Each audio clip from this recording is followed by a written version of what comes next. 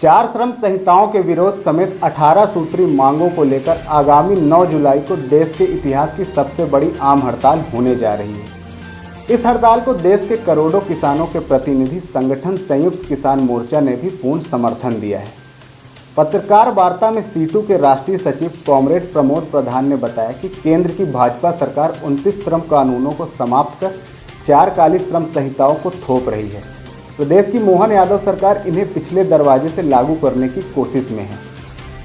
इसके अलावा प्रदेश की सरकार ने श्रमिकों के वैधानिक अधिकार पर कुठाराघात कर न्यूनतम वेतन अधिनियम के तहत 5 वर्ष में न्यूनतम वेतन पुनर्निरीक्षण की बजाय लगभग 10 वर्ष में किया और प्रदेश के लाखों श्रमिकों आज भी इन पुनर्निरीक्षित दरों के एरियर्स तक से वंचित हैं।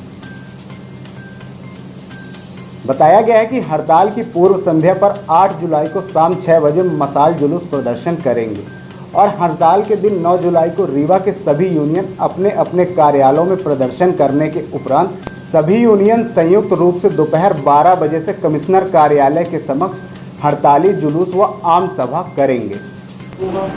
देखिए, बंद हमने औद्योगिक आम हड़ताल का नारा दिया है। अब जिन जिन देशों प्रदेशों में जैसी परिस्थिति है, जैसे मैं आपकी जानकारी में लाऊं कि लगभग 14 प्रदेश ऐसे हैं जिन प्रदेशों में पूरी तरह बंद की स्थिति बनी है। हमारा नारा है आम औद्योगिक हड़ताल, मतलब कर्मचारी और मजदूर, आंगनवाड़ी, आशा उषा, पूरे देश में जो भी मेहनत कश है, इंक्लूडिंग पत्रकारों के लिए भी कानून था जिसको ख़त्म कर रहे हैं वो, तो ये हड़ताल करेंगे। एक हड़ताल की तैयारी के लिए पहले हमारी हड़ताल 20 मई को होने वाली है, पर 20 मई का आपको पता है कि मई के महीने में पहलगांव में जो हादसा हुआ और पाकिस्तान ने जो साजिश की कि हिंदुस्तान के अंदर हिंदू मुसलमान का दंगा कराया जाए, पर कश्मीर की जनता ने हिंदू मुसलमान सिख ईसाइयों ने मिलकर उसका मुँह तोड़ जवाब दिया। वो दंगा की ऐसी स्थिति नहीं बनी, पर देश में तनाव था, कभी भी कुछ हो सकता था। तो हमारे केंद्रीय श्रमिक संगठन के राष्ट्रीय नेताओं ने फैसला किया कि हमारे लिए देश महत्वपूर्ण है, हम राष्ट्रभक्त हैं और उसके साथ साथ अपनी आर्थिक लड़ाई को लड़ रहे हैं हम। तो हमने ये हड़ताल को मई के महीने से स्थगित करके 9 जुलाई को किया।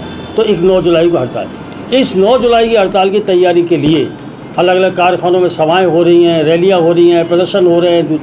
और यहाँ भी 8 जुलाई को हड़ताल से पहले पूरे मध्य प्रदेश में हड़ताल से पहले एक दिन हड़ताल की पूर्व संध्या पर मशाल जुलूस निकाले जाएंगे। यहाँ भी मशाल जुलूस होगा और हड़ताल के दिन जहाँ जहाँ हड़ताल होगी, और विशेष रूप से आपको खुद दिखेगा कि बैंक और बीमा, बंदरगाह, कोयला, ये जैसे सार्वजनिक क्षेत्र है उनको सरकार निजी कर रही है, तो निजीकरण के खिलाफ वो मैदान में आएंगे।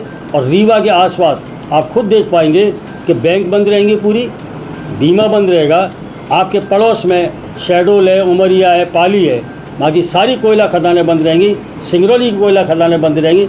तो पूरे देश में हम लोग जो हमारे ऊपर हमला हो रहा है श्रम संहिताओं के जरिए, काली श्रम संहिताओं के जरिए, जिसमें हमारे अधिकार सीमित किए जा रहे हैं और नौकरी को जो परमानेंट नौकरी का कंसेप्ट है वो ख़त्म किया जाए। पहले स्थायी रोजगार था, फिर ठेका मजदूरी आई, उसके बाद संविदा कर्मी आया। अब सरकार ने ये कह दिया है कि फिक्स टर्म वर्कर, मतलब कारखाने के अंदर परमानेंट काम है लेकिन आपका अपॉइंटमेंट होगा फिक्स टर्म कुछ भी हो सकता है, 15 दिन का भी हो सकता है, 1 महीने। और अब तो सरकार ने इस तरीके का प्रावधान कर दिए कि हो सकता है कि कारखानों के अंदर नौकरी पर घंटों की मजदूरी मिले। और एक नया श्रेणी आपके शहर में भी होगी, गिग वर्कर।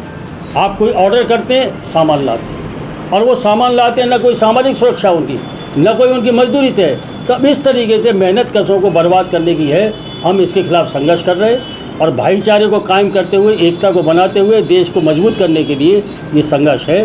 तो 9 जुलाई को ऐतिहासिक दिन है हमारे देश के लिए, जिसमें लगभग 28 से 30 करोड़ लोग मेहनत कर, उनके साथ में किसान भी मैदान में उतरेंगे। और हिंदुस्तान की आज़ादी के बाद के इतिहास में मुझे लगता है सबसे बड़ा जन आंदोलन होने वाला है। और इसके बाद अगर सरकार ने इस पर पुनर्विचार नहीं किया तो आने वाले दिनों में इस संघर्ष को और तेज़ करने की हमारी योजना है।